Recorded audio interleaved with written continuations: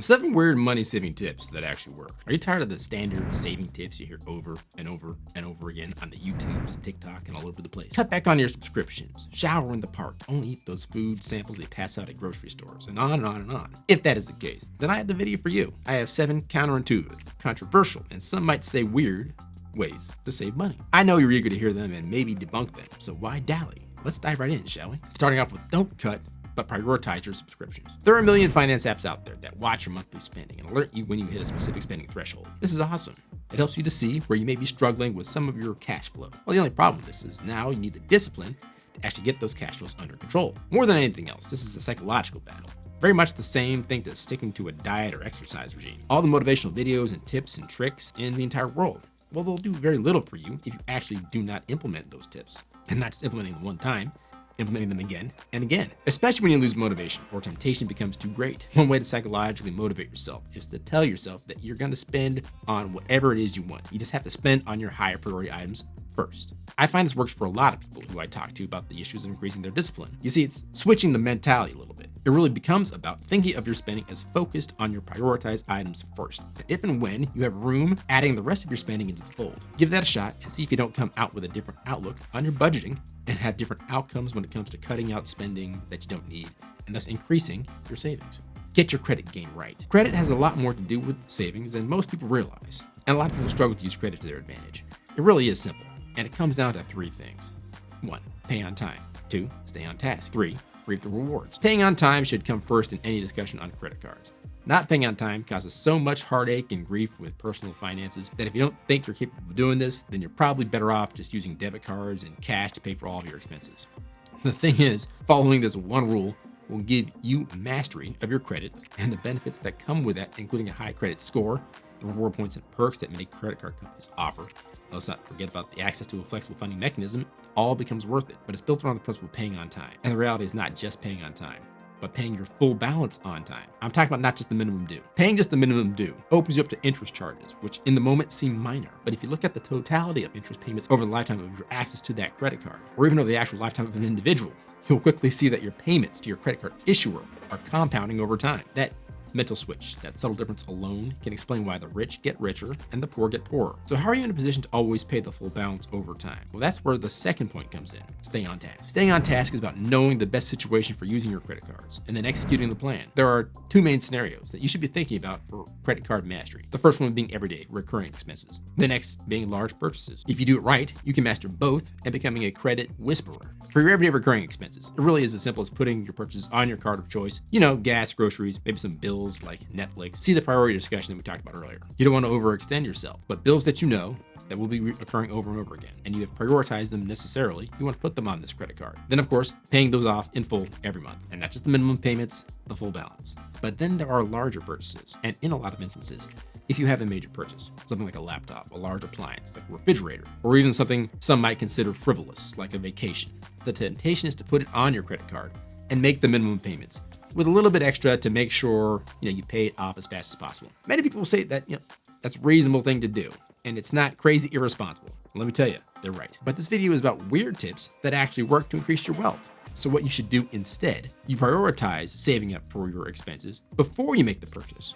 There are several high yield savings accounts that are popping up right now. And as inflation comes down, they will be fewer and fewer, but there are still opportunities out there. I'm going to talk about that more in a bit and I have some specific videos on that exact topic. They should be popping up on your screen right now. But if you save up the cost of the large purchase before you make it, then you make the purchase on the credit card and immediately pay down the balance. Not only have you saved yourself hundreds, maybe thousands of dollars on interest payments, you have also reaped the credit card points and maybe hit a spending trigger for your credit card that gives you extra rewards. Not to mention the discipline you developed to save money for your spending needs and wants. And that's really talking to the third part of getting your credit card game right, reaping the rewards. In both instances, everyday expenses and large purchases, by operating with the right level of discipline and knowing the tips and tricks, you're saving money on interest and getting rewards and perks, which you then save on future purchases, which is what they call a double whammy in education circles. So that's credit.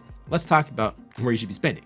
Habitually, shopping online, particularly for groceries. There are tons of videos talking about getting online coupons and deals for things that you want and need, and that's all well and good, and probably the topic of another video, but I'm coming at this from a different angle. In general, shopping online is more expensive than shopping in the real world, particularly if you factor in delivery costs and the fact that you tend to spend more than you would if you shop in person. Being able to prioritize your wants and needs, like we talked about earlier, will help you with the second part. But there is a point here that you should consider. The higher cost that you pay for when you shop online, particularly for groceries, is offset by the time that you save not standing in a line at a checkout searching for the items that you need and loading and unloading your groceries into your own car. You should shop online because it saves you time shopping in the real world. And time is technically money, particularly if you use that saved time to level up your skills, maybe execute a little bit on your side hustle, make a couple of extra dollars with the latest online venture or consultation or driving Uber. Whatever you do to make extra money. This is all keeping in mind the tip that I gave you earlier, that you need to prioritize the spending that you need to do. That doesn't mean that you need to scrimp on some of the spending that you're doing. In some cases, paying a little bit more and having things that are a little bit more expensive than other types of spending will actually give you savings in other ways. And the savings that you get in time and resources when shopping online, particularly for groceries, will more than offset the minor costs you will incur otherwise. This is important when it comes to the next tip. Hire folks to handle your simple tasks. A virtual assistant, either an AI tool. There are millions out there vying for your attention. Maybe somebody to comb through emails and tasks and make sure that everything is in order. And even things like a maid or even a cook. Hiring these kind of folks can also save you time to really focus in on what it is that you do to make extra money. This tip is similar to shopping online for groceries. The point here is that the time you save doing menial tasks, well, that can be converted into productive items to level up your skills and to grow your income. And ultimately, the best way to save more is to earn more.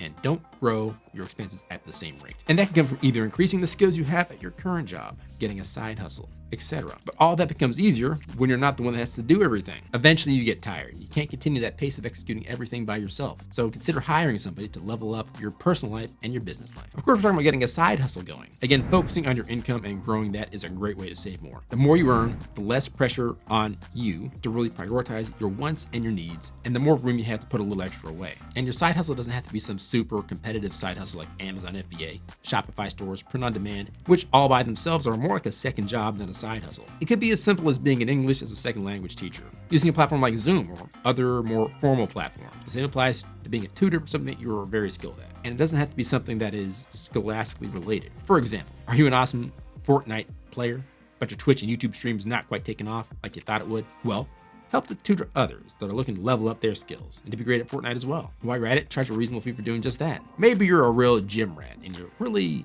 buff and ripped, and people are always complimenting you on your fit, buff physique.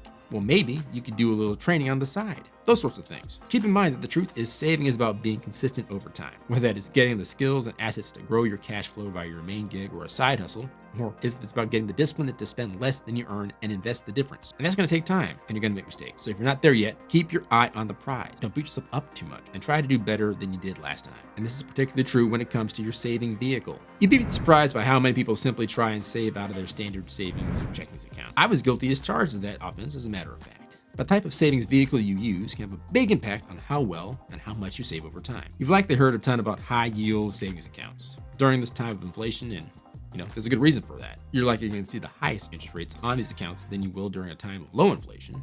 But high yield savings accounts are not your only option for saving. You also have high yield checking accounts, certificates of deposits, money market funds, money market accounts, treasury bonds and notes, T-bills and I-bonds. Each of those has their own pros and their own cons. There's so much to go over with those that it really needs its own video. Luckily, I made one just for you. It should be on the screen right now. So go on ahead and head over there to learn more about all of them. And remember, a goal without a plan is a wish. A goal with a plan and no action is a wish list. Like, subscribe, click the notification bell. I'm Derek West. You're watching Finance Squared, and I'll see you next time. Peace.